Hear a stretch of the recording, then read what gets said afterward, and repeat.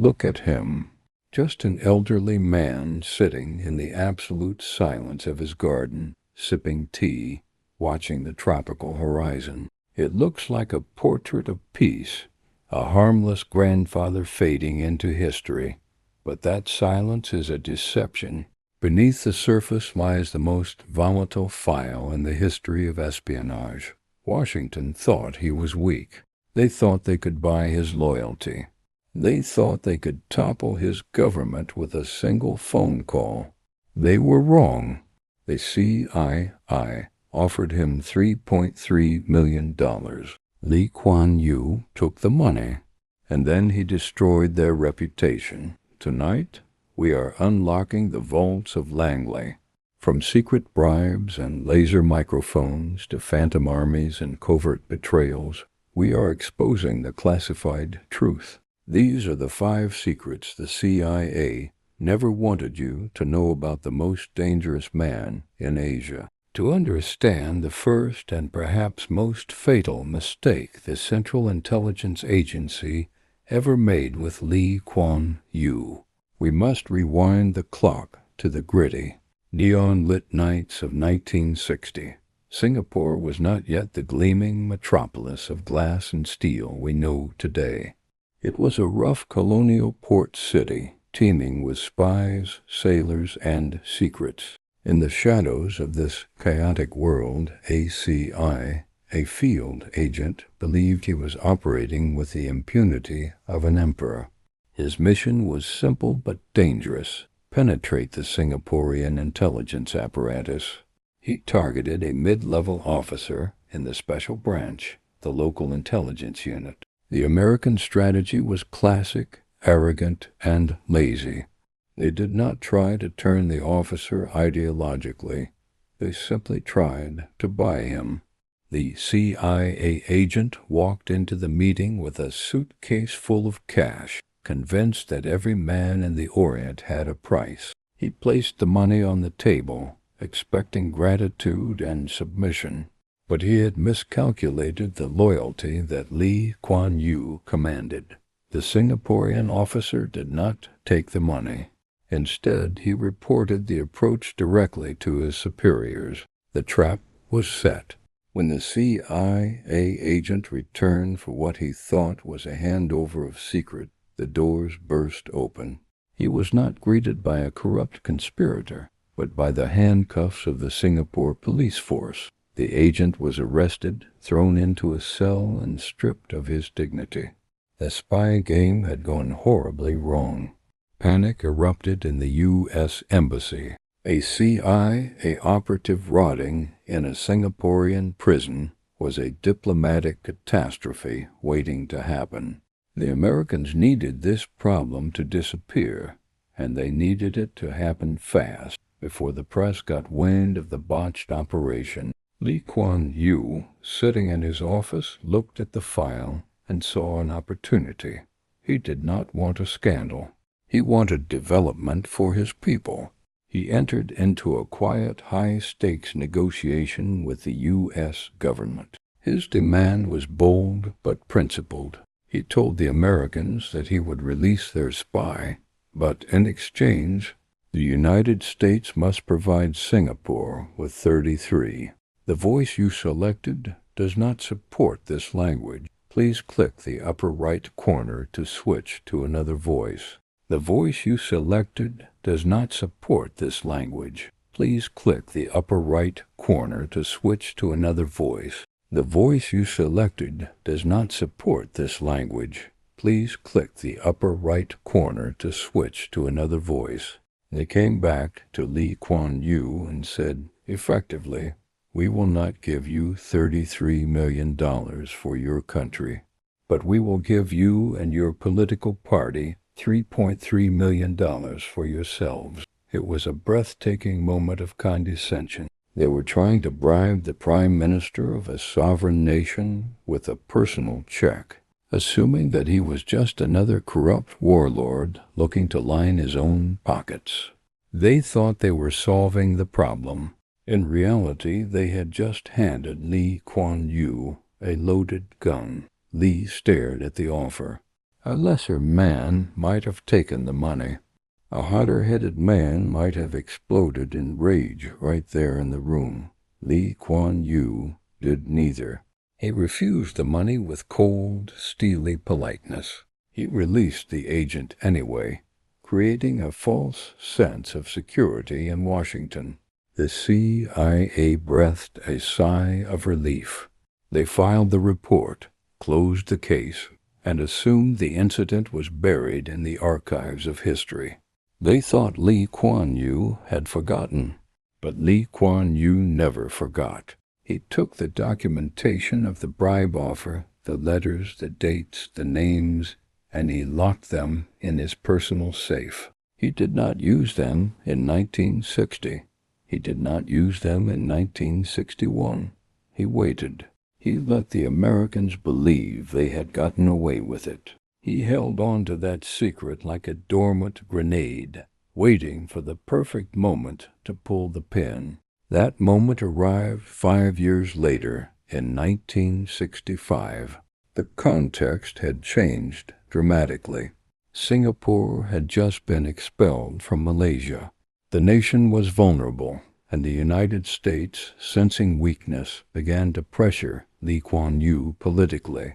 Tensions rose. In a heated exchange, Lee publicly alluded to the 1960 incident, warning the Americans to back off.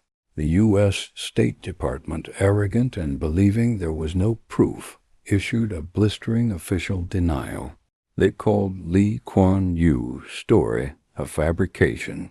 They publicly branded him a liar, banking on the credibility of the United States government against the word of a leader from a tiny, struggling island. It was a poker bluff on a global scale.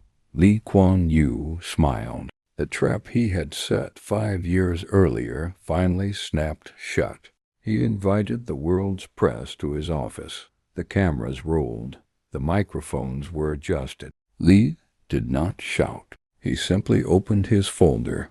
He produced the smoking gun that the CIA had forgotten existed, an official letter of apology written by Dean Rusk, United States Secretary of State, dating back to the aftermath of the failed bribe. He read the letter aloud to the world. The room went silent. The shock was palpable. The United States government, the superpower, the moral leader of the free world, had been caught red-handed, not only trying to bribe a foreign leader, but then lying about it to the international community. The humiliation for the CIA was total. It was a public evisceration. Lee Kuan Yew had proven that he was not only incorruptible, but that he was a grand master of political warfare. He had used the CIA's own corruption as a shield to protect his nation's integrity. The message sent to Langley was clear and terrifying. Do not try to buy this man. Do not try to lie about this man. He keeps the receipts, and he will wait as long as it takes to destroy you with the truth. The $3 million bribe became the most expensive money the CIA never spent, costing them their reputation and teaching them the first rule of dealing with Singapore. Lee Kuan Yew is not for sale. The second secret buried deep within the intelligence archives of the Cold War reveals a silent, invisible battle that raged not on a battlefield, but on the window panes of the Prime Minister's office. By the mid-1970s, the CIA had accepted that Lee Kuan Yew could not be bought, but they were arrogant enough to believe he could still be heard. They viewed Singapore not just as a sovereign nation, but as an information gold mine, a strategic listening post sitting at the crossroads of the East and West. The agency had deployed its technical services, division the real-life equivalent of Q Branch, to turn the Astana into a glass house. They utilized a piece of technology that, at the time, bordered on science fiction, the laser Doppler vibrometer. To the naked eye, Lee Kuan Yew's office appeared secure, guarded by Gurkhas and surrounded by fences. But to the CI, a station chief operating out of a discreet van or a high-rise apartment blocks away, the office was wide open. They didn't need to plant a bug inside the room. They simply needed to point an invisible beam of infrared light at the glass window. As Lee Kuan Yew spoke, the pressure of his voice caused the glass to vibrate on a microscopic level. The laser beam bounced off the trembling glass, returned to the receiver, and was decoded back into audio. It was the ultimate intrusion. They could hear him breathing, but the Americans had made a critical error in their psychological profile of the target. They assumed Lee Kuan Yew was a traditional politician, a man of speeches and handshakes, ignorant of the dark arts of engineering. They did not realize that Lee was a voracious, obsessive reader of technical journals. While the CIA was aiming their lasers, Lee was reading reports on the very surveillance technologies they were using. He understood the physics of sound better than the spies watching him. He realized that modern architecture, with its expansive sheets of glass and air-conditioned silence, was a death trap for privacy. He deduced that his own office had become a broadcasting booth for Washington. A lesser leader might have lodged a diplomatic protest, which the Americans would have promptly denied. Lee Kuan Yew chose a different path. He decided to declare war on the technology itself, turning the environment of Singapore into a weapon of counter-espionage. This is the secret reason behind the legendary sweat-soaked garden meetings. Foreign ambassadors, particularly those from the United States and Britain, were often baffled when Lee would abruptly end a meeting in his cool, comfortable office and demand they accompany him for a walk in the midday tropical sun. The diplomats hated it. They sweated in their suits, squinting in the glare, wondering why this brilliant man insisted on wandering aimlessly through the grounds. It wasn't eccentricity. It was tactical genius. Lee Kuan Yew knew that the laser microphone had a fatal weakness. It needed a stable, vibrating surface, like glass to work. It could not bounce a signal off a moving human body or a tree leaf. By forcing the diplomats into the garden, he severed the line of sight for the laser. But he went further. He knew that parabolic microphones, the big ears, could still pick up audio from a distance, so he weaponized the acoustics of nature. Singapore is home to the cicada, an insect that produces a deafening, high-pitched screech that can reach 100 decibels. To a human, it is just background noise. To a surveillance microphone, it is a wall of static. Lee Kuan Yew deliberately walked his guests near the trees where the insects were loudest. He used the roar of the traffic from Orchard Road and the rustle of the wind as acoustic chaff. The CIA technicians recording these sessions found themselves with hours of tapes filled with nothing but the screaming of bugs and the crunch of gravel.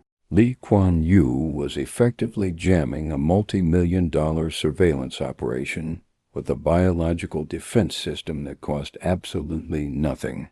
He was forcing the spies to listen to the sound of their own failure. However, Lee Kuan Yew knew he couldn't govern a country entirely from a garden path. He needed a sanctuary. And this leads to the darkest part of the secret, the sweepers. Lee trusted no one in the local maintenance crews. He knew that the British had built the phone lines, and the Americans had supplied the air conditioning systems. Every wire was a potential traitor. In absolute secrecy, Lee contracted teams of elite electronic warfare specialists. Intelligence historians strongly suspect these teams were brought in from Israel, his secret military partners, or Switzerland. These sweepers were ghost technicians who arrived with X-ray machines, nonlinear junction detectors, and frequency scanners. They tore the Prime Minister's office apart. They pulled up the floorboards, scanned the wallpaper for foil-thin transmitters, and X-rayed the mahogany desks to see if batteries had been embedded in the wood during manufacturing. They found the bugs. They found the passive resonators left by foreign contractors, and they neutralized them. But the true brilliance of Kuan Yew was not just in blocking the spies, it was in manipulating them. Once he identified the channels that were compromised, a specific phone line or a room he knew was bugged, he didn't always shut them down. Instead, he treated them as a direct line to the White House. He engaged in a sophisticated game of disinformation. He would stage conversations near the compromised windows or on the tapped phones. He would feign anger at a neighbor or pretend to be desperate for a specific trade deal or express a secret fear of communism. He fed the CIA exactly what he wanted them to hear. The analysts in Langley would type up these reports, thinking they had scooped raw intelligence, when in reality they were reading a script written by Kuan Yew. He turned their own surveillance network into his personal propaganda machine, using their obsession with watching him to control exactly what they saw. The CIA thought they were looking into a fishbowl, but they were staring into a mirror, and the man on the other side was laughing at them. The third secret is perhaps the most audacious geopolitical gamble of the 20th century, a high-wire act of deception that Kuan Yew performed not just under the nose of his hostile neighbors, but right in front of the blind eyes of the Central Intelligence Agency. To understand the magnitude of this secret, one must appreciate the sheer desperation of Singapore in 1965. The island was a military vacuum. The British were retreating, pulling their forces back east of Suez. Singapore had no air force, no navy, and an army composed largely of non-Singaporean troops who were more loyal to Malaysia than to the new republic. Kuan Yew knew that without a credible defense force, his nation was nothing more than a geopolitical snack waiting to be swallowed by the giants next door, Indonesia and Malaysia. He needed an army, and he needed it yesterday. His first instinct, logically, was to turn to the United States. It was the height of the Cold War, and America was the self-proclaimed guardian of the free world in Asia. Lee sent quiet back-channel requests to Washington. He asked for advisors. He asked for training. He asked for the shield of the American eagle. But the response from the State Department and the CIA was a cold, calculating refusal. The American strategic assessment was cynical. Singapore was a tiny, indefensible island with a Chinese majority located in the heart of the Muslim Malay archipelago. The United States was already bogged down in Vietnam. The last thing they wanted was to antagonize the massive Muslim populations of Indonesia and Malaysia by arming a third China in their midst. They viewed Singapore as a liability, a domino that was likely to fall anyway. They politely told Kuan Yew to look elsewhere. They abandoned him. It was a rejection that Kuan Yew would never forgive, but it was also the catalyst for his greatest deception. Spurned by the Americans, Lee turned to the only other nation on earth that understood what it meant to be a tiny state, surrounded by neighbors who wanted to wipe it off the map, Israel. This was the nuclear option. In the geopolitics of Southeast Asia, Israel was a pariah. If it became known that Kuan Yew was inviting Zionist military commanders into the heart of the Muslim world, the backlash would be apocalyptic. The Malaysian Prime Minister would have screamed bloody murder. President Sukarno of Indonesia would have likely declared a holy war, and the radical elements within Singapore's own population might have rioted. It would have been the perfect excuse for an invasion to liberate Singapore from Jewish influence. The CIA, with its vast network of listening posts and informants in the region, felt secure in the knowledge that Lee was isolated. They believed he had no options. They watched the ports and the airports, confident that no Western power was stepping in to help. But the CIA blinked. In a move of breathtaking speed and secrecy, Lee Kuan Yew finalized a clandestine agreement with the Mossad and the Israel Defense Forces. On Christmas Eve of 1965, while the Western world was distracted by the holidays and the CIA station chiefs were enjoying their leave, a commercial flight touched down at Paya Lebar Airport. A group of men disembarked. They were bronzed, fit, and carried themselves with the distinct alert posture of combat veterans. They were led by Colonel Jack Ullman of the IDF. They were the architects of Israel's military dominance, men who had fought in the desert wars of 1948 and 1956. Now they were in the tropics to build an army from scratch. But how do you hide a team of Israeli commanders in a city as porous and gossipy as Singapore? How do you hide them from the Malaysian spies, the Indonesian saboteurs, and, most importantly, the CIA agents who monitored every political development on the island? Lee Kuan Yew concocted a cover story so absurd, so bizarre, that it looped right back around to being brilliant. The government officially announced the arrival of a team of agricultural consultants. And where were these experts from? Mexico, the Mexicans. It was a masterstroke of psychological camouflage. In 1965, the average Singaporean, and indeed, the average American intelligence analyst in the region, had zero reference point for what a Mexican looked like or sounded like. To the Asian ear, the heavy, guttural accent of the Israelis sounded foreign, but not specifically European. Their swarthy complexions fit the vague stereotype of Latin America. And so, the greatest farce in military history began. The Mexicans were housed in secluded bungalows. They were driven in unmarked cars directly to the military camps in the jungles of Jurong. They were forbidden from socializing in the expatriate clubs where the British and Americans drank. When they were out in public, they had to suppress their Hebrew. There are reports of Israeli officers, men who had commanded tank battalions, having to pretend to inspect soil samples when inquisitive journalists got too close. The CIA, which prided itself on knowing the color of the Prime Minister's underwear, was completely hoodwinked. Their reports from the time show a glaring blind spot.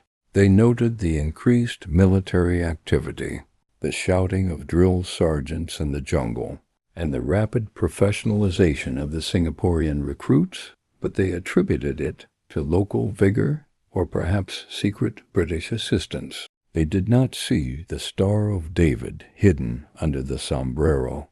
But the deception went deeper than just personnel.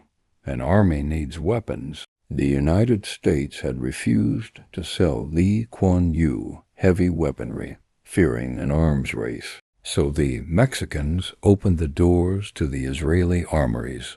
In total secrecy, crates marked as textile machinery or heavy industrial equipment began to arrive at the docks. Inside were not looms or lathes, but the tools of war that the CIA had deemed too dangerous for Singapore to possess. The AMX-1 three-light tanks, agile French-made beasts that the Israelis had used to devastating effect in the Sinai, were smuggled into the country. The CIA's satellite imagery and port watchers missed them. Or perhaps, and this is where the secret gets darker, the sheer volume of the deception overwhelmed their analysis. Lee Kuan Yew was playing a shell game. He moved equipment at night. He built underground bunkers. He compartmentalized information so strictly that even his own cabinet ministers often didn't know the full extent of the Israeli involvement. The question that haunts intelligence historians is, how did the CIA miss this for so long? The answer lies in their arrogance. They underestimated Lee Kuan Yew. They viewed him as a junior partner, a man who needed their permission to survive. It never occurred to the analysts at Langley that this Cambridge-educated lawyer would have the audacity to bypass the United States and cut a deal with Tel Aviv behind their backs. They assumed that because they had said no, the door was closed. They did not understand that for Lee Kuan Yew, no was just the starting gun for an alternative solution. Furthermore, the CIA was obsessed with the threat of communism. They were looking for Chinese agents. They were looking for Soviet infiltration. They were not looking for Israelis. It was a classic case of confirmation bias. They didn't see the Israelis because they weren't looking for them. The grand reveal, when it finally came, was a moment of theatrical humiliation for the American intelligence community. It happened on August 9, 1969, at Singapore's National Day parade. For years, the region believed Singapore was defenseless. The CIA assessments described a police force with some rifles. Then the ground began to shake. To the shock of the foreign diplomats, the military attaches, and the CIA observers in the stands, a column of MX-13 tanks rumbled down St. Andrews Road. They were followed by armored personnel carriers, mobile artillery, and columns of soldiers marching with a precision and aggression that was undeniably professional. The Mexican agriculturalists had done their job. They had cultivated a warrior caste. The shock waves were instantaneous. In Washington, the cables flew. Where did they get the tanks? Who trained them? Why didn't we know? The realization dawning on the CIA was painful.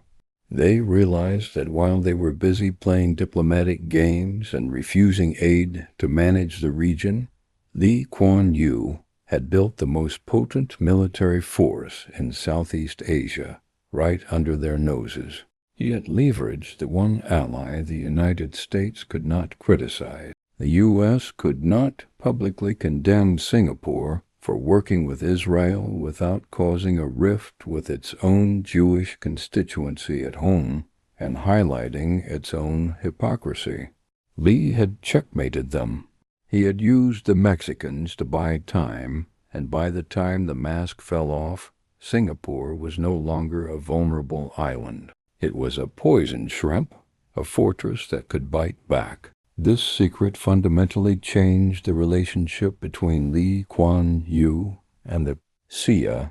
The Americans realized they could no longer treat him as a client state. He had proven that he had options. He had proven that he could operate in the shadows with more skill than they could. The Mexican affair forced the CIA to respect Singapore, not just as an economic hub, but as a serious intelligence and military player. They had to accept that they had lost the chance to shape the Singapore armed forces in the American image. Instead, they were now dealing with the Israel of the East, a military machine forged in secrecy, trained by the masters of survival, and commanded by a man who had looked the American superpower in the eye and lied to them with a smile for 4 long years. The agricultural consultants had indeed harvested a crop. They harvested the utter embarrassment of the Central Intelligence Agency, the fourth secret buried in the CIA's dossier on Lee Kuan Yew is perhaps the most chilling because it does not involve enemies, communists, or invaders. It involves a betrayal by a friend. By 1988, Singapore was no longer a struggling port city. It was an economic tiger. The skyscrapers were rising, the reserves were overflowing, and the relationship between Singapore and the United States was ostensibly at its peak. American aircraft carriers docked at Changi. American multinational corporations anchored the economy. To the outside world, Lee Kuan Yew was Washington's favorite Asian partner. But in the shadows, the Central Intelligence Agency had decided that partner was no longer enough. They wanted a puppet. This is the story of the Hendrickson affair, the moment Lee Kuan Yew discovered that the greatest threat to his government was not the Soviet Union, but the relentless ideological imperialism of the United States. Enter E. Mason Hendrickson. On paper, he was the first secretary of the United States Embassy in Singapore.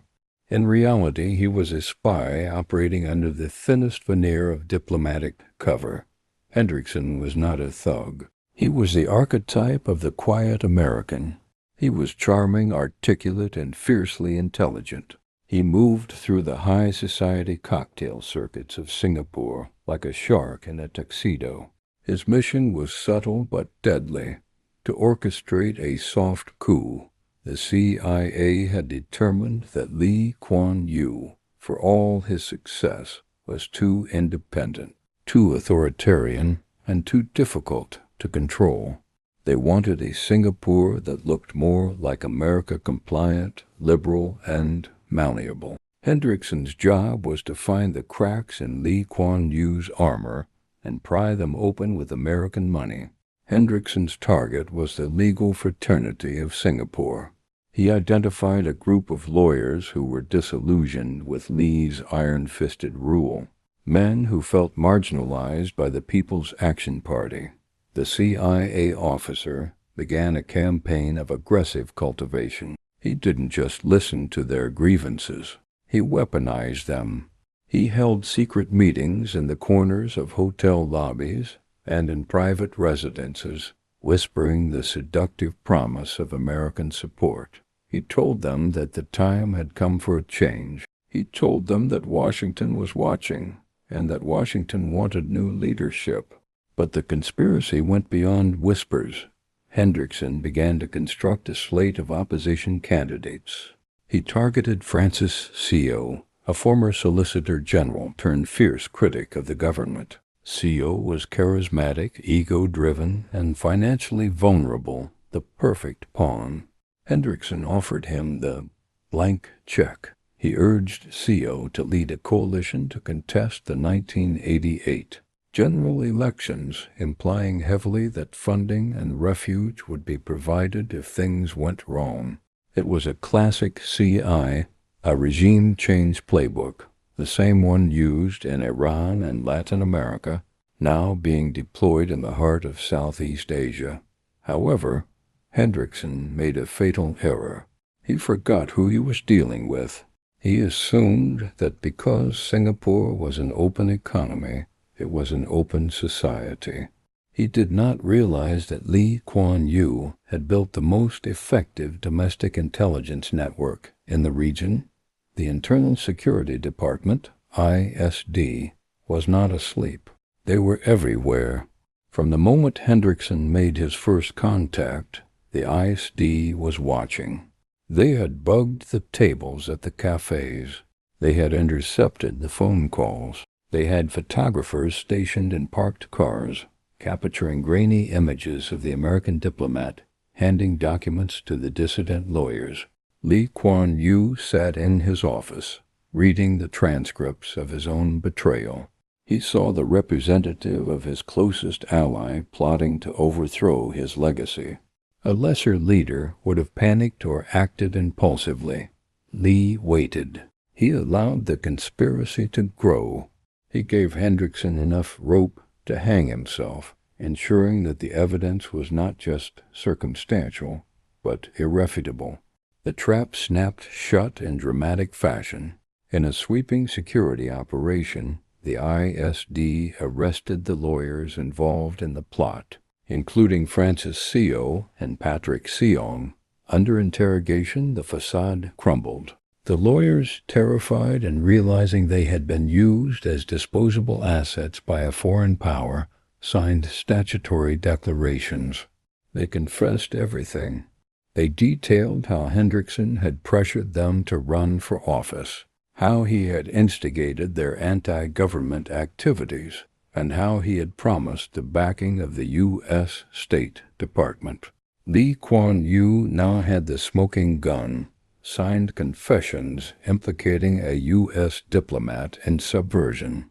What happened next was a masterclass in public humiliation.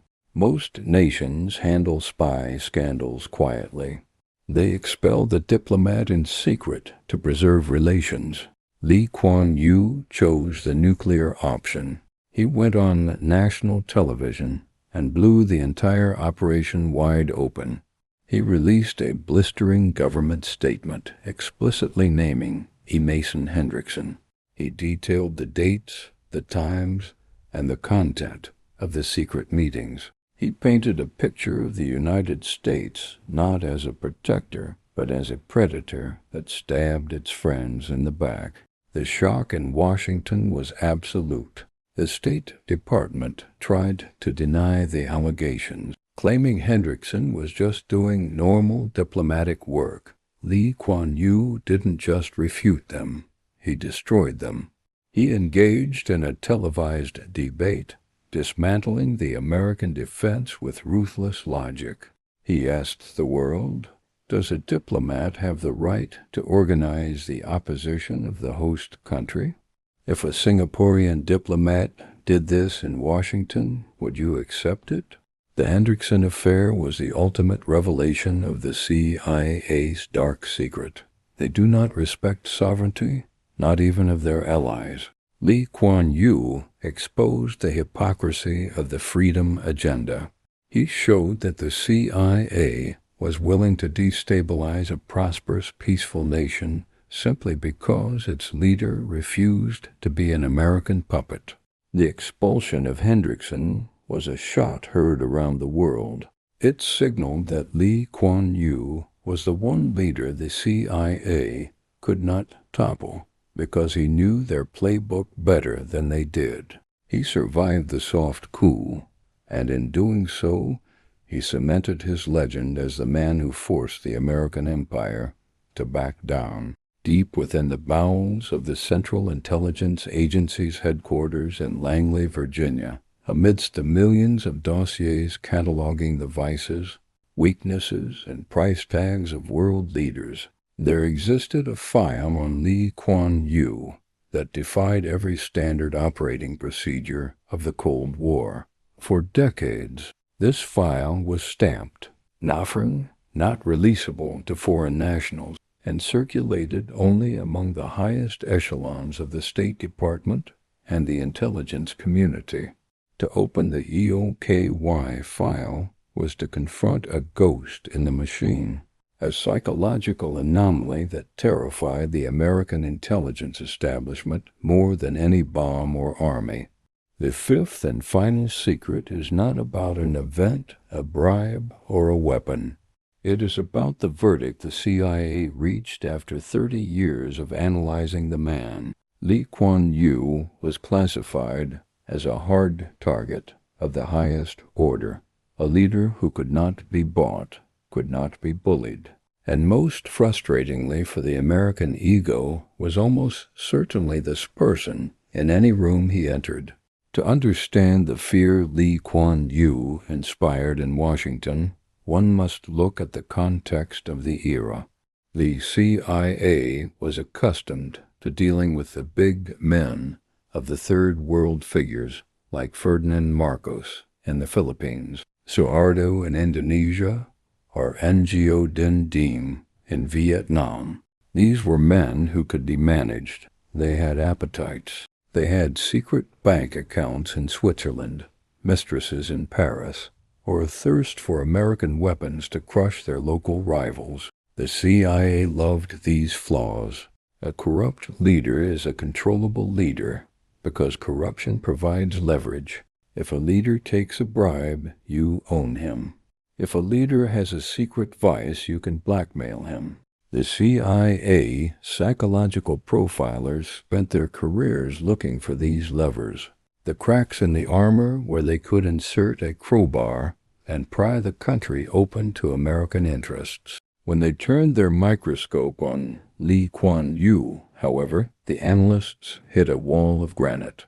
They dug into his finances, looking for the stolen millions that every dictator eventually squirrels away.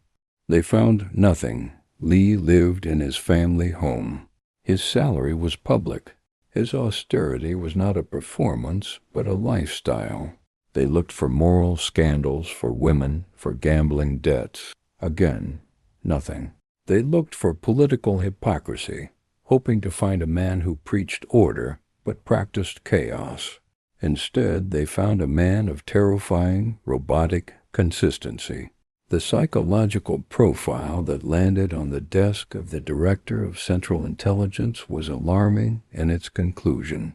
Subject is incorruptible. In the world of espionage, an incorruptible man is a nightmare. It means there are no strings to pull. It means you have to deal with him on his terms, not yours. The CIA realized with a sinking feeling that the standard toolkit of bribery and blackmail was useless against the Prime Minister of Singapore. But the file contained a darker, more paranoid chapter. For years, a faction within the CIA and the State Department was convinced that Lee Kuan Yew was the ultimate sleeper agent.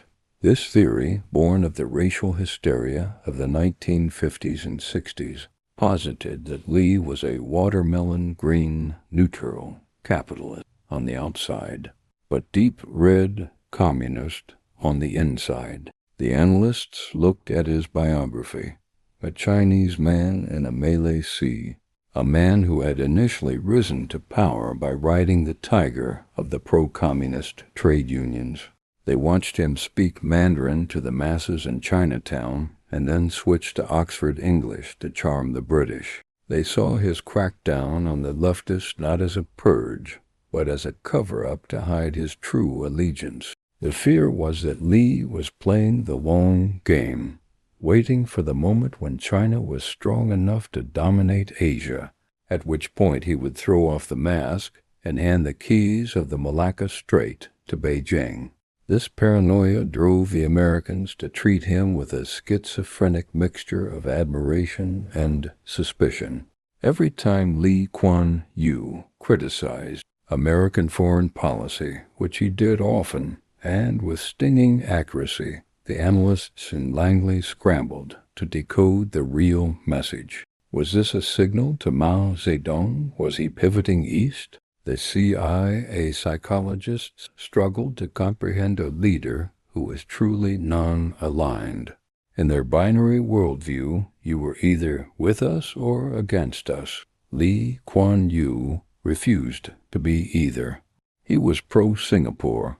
The idea that an Asian leader could be intellectually independent, taking ideas from the West and the East without submitting to either, was a concept that the American intelligence mind had trouble processing.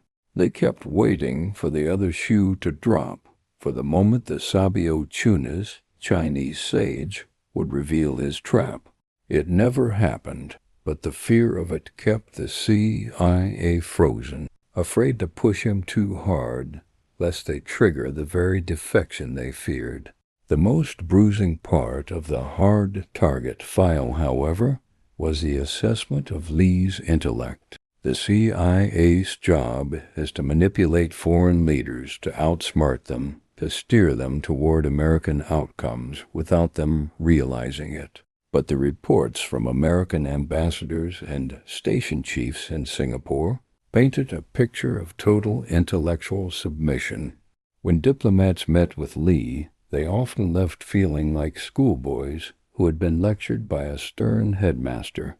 Documents from the Nixon and Ford administrations reveal that even heavyweights like Henry Kissinger, a man with an ego the size of a continent, regarded Lee Kuan Yew as a peer and perhaps even a superior. Kissinger famously described Lee as the smartest leader he had ever met, a man who if he had been born in a larger country, would have ruled the world. This intellectual dominance was a problem for the CIA. You cannot run a covert influence operation against a man who understands the game better than you do. Kuan read the same books as the CIA analyst. He understood the geopolitical chessboard. He anticipated American moves before they were made. The file noted that deception operations against Singapore were likely to fail because the target was too observant. He noticed the nuances. He spotted the inconsistencies in cover stories. The verdict of the agency's operations directorate was blunt. Do not try to fool him. He knows. This forced a radical change in strategy. Instead of trying to manipulate Lee through subterfuge, the CIA was forced to engage him with brutal honesty. They realized that the only way to get what they wanted from Singapore was to ask for it directly and make a logical case. Kuan had forced the most deceptive organization on Earth to tell the truth, simply because he was too smart to be lied to. So why didn't they kill him? The CIA had toppled Mossadegh in Iran, Arbenz in Guatemala, and Allende in Chile. They had a playbook for removing difficult nationalist leaders. Kuan was difficult. He was critical of the U.S., and he refused to be a puppet. By all conventional logic, he was a prime candidate for a CIA-backed coup.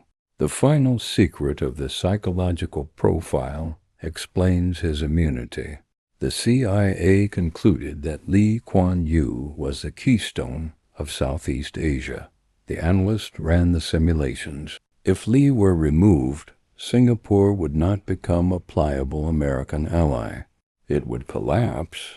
It would be swallowed by racial riots, consumed by communism, or overrun by its neighbors. And if Singapore fell, the strategic anchor of the free world in Asia would be lost. The agency realized that Kuan had constructed a trap of his own design. He had made himself indispensable. He had built a nation that worked so efficiently, an economy that was so vital to Western interests, that the United States could not afford to lose him.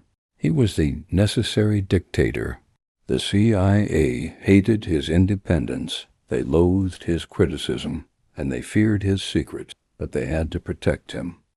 Kuan knew this. He knew that he could expel their diplomats, arrest their spies, and mock their presidents, and the CIA would still have to share intelligence with him the next day. He held the ultimate leverage, competence. In the end, the file on Kuan tells the story of a man who won the psychological war against the American empire. He forced them to accept him on his own terms. He stripped them of their standard weapons of bribery, blackmail, and deceit. He made them afraid of his mind. The hard target was never penetrated. When the Cold War ended and the dust settled, the CIA had to admit that while they had shaped the destinies of countless nations in Singapore, they had met their match. They didn't want you to know about this file because it is a record of their impotence. It is the proof that a single man, armed with integrity and a ruthless intellect, can stand in the center of the storm and force the superpowers to walk around him. Kuan was the one secret they couldn't solve, the one code they couldn't break, and the one leader who took their measure and found them wanting.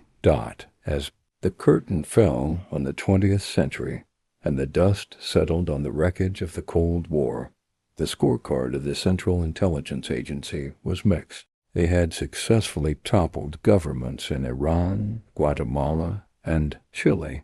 They had won the long war against the Soviet Union. But when the analysts in Langley looked at the map of Southeast Asia, they had to admit to a quiet, frustrating defeat. They had spent decades trying to manage, manipulate, and mold Singapore. They had tried to bribe its leader with millions of dollars. They had tried to wiretap his private sanctuary with lasers. They had tried to destabilize his government with a soft coup, and in every single instance they had failed. The question of who won the war between the American Empire and the Lion City is not a matter of debate. Lee Kuan Yew died in his bed, full of years and honors, the undisputed patriarch of a first-world nation that he built on his own terms. The agents who tried to bring him down are forgotten footnotes and classified files. Lee is a monument. The true genius of Lee Kuan Yew's victory lies in the fact that he did not defeat the CIA by becoming their enemy. He defeated them by becoming their master. He inverted the traditional dynamic between a superpower and a small state. Usually the CIA treats small nations as pawns on a chessboard, to be sacrificed for the greater good of American interests. Lee refused to be a pawn. He forced the United States to treat him as a player. He understood that the CIA was a tool, a dangerous, sharp tool that could be used if handled correctly. He used their intelligence when it suited him. He bought their weapons when he needed them. He sheltered under their security umbrella to ward off the communists. But the moment they tried to wrap their fingers around his throat, he broke their hand. He proved that it is possible to be an ally of the West without being a servant of the West. He took what Singapore needed from the Americans, their markets, their technology, their capital, and he rejected what he didn't want, their ideology, their interference, and their control. The ultimate lesson from the 5 secrets we have uncovered is a paradox that continues to haunt the intelligence community. In a world of spies, shadows, and deceit, the most dangerous man is not the one with the best encryption or the biggest gun. The most dangerous man is the honest man with a tape recorder. The CIA's entire playbook relies on shame and secrecy. They rely on leaders being too embarrassed to admit they were bribed or too afraid to admit they are being blackmailed. Lee Kuan Yew had no shame because he had nothing to hide. He weaponized the truth. When they offered a bribe, he kept the receipt. When they planted a spy, he published the name. When they bugged his room, he took the meeting outside. He dragged the vampires of the espionage world into the sunlight, where they burned. He showed that integrity is the ultimate counterintelligence weapon. You cannot blackmail a man who is willing to read your secrets on national television. Lee Kuan Yew left behind a legacy that serves as a warning to any great power that assumes size equals strength. He demonstrated that a small island, devoid of natural resources, can hold its sovereignty against the tide of imperial ambition if its leadership is made of iron. The CIA learned the hard way that Singapore was not a banana republic to be toyed with. It was a poison shrimp that would choke anyone who tried to swallow it. They learned that this man who sat in his garden listening to the cicadas was always 3 moves ahead. But there is one secret we touched upon that deserves a deeper look. We mentioned the Mexicans, the mysterious agricultural consultants who built the Singaporean army when the CIA refused to help. That story is the greatest deception operation in the history of the region, a tale so incredible that it was kept classified for decades. How exactly did Lee Kuan Yew smuggle an entire team of Israeli commanders into the heart of the Muslim world without the CIA stopping him? The details of that operation are a masterclass in spycraft that puts Hollywood to shame. If you want to uncover the full story of the Phantom Army and how false passports and fake identities saved a nation from extinction, you need to watch this video right here. Click now and let's open the next file.